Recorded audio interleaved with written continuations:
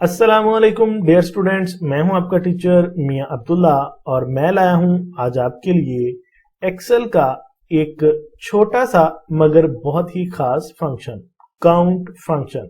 तो count function या count formula के जरिए आप क्या कर सकते हैं, इसको कहां पे यूज करेंगे, किस लिए यूज करेंगे और इसका सिंटैक्स क्या है, तो चलिए सबसे पहले ये समझ लेते हैं। तो स्टूडेंट्स, आज हमारे पास है लेसन नंबर 24। काउंट फंक्शन आज हम इसमें करेंगे। The count function counts the number of entries in a given range.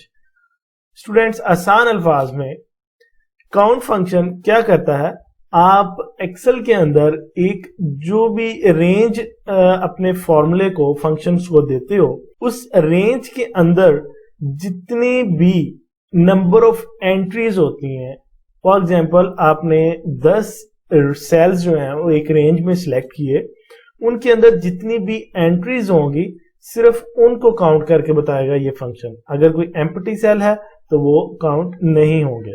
तो सिंटैक्स क्या है इसका, ये मैंने नीचे टाइप कर दिया है।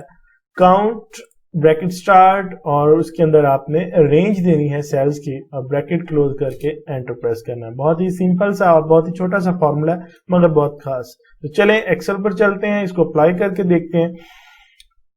अप्लाई करने से पहले मैं हस्बे रिवायत अपने नए आने वाले स्टूडेंट्स, नए आने वाले व्यूवर्स से रिक्वेस्ट करूंगा कि अगर उन्होंने अभी तक चैनल को सब्सक्राइब नहीं किया तो चैनल को सब्सक्राइब कर दें और बेल नोटिफिकेशन को भी जरूर प्रेस कर दें ताकि आइंदा आने वाली वीडियोस भी आपको इसी तरह मिलती रहे। तो चलिए स्टार्ट करते हैं। यहाँ पे सबसे पहले कुछ वैल्यूज को टाइप कर लेते हैं हम। For example ji,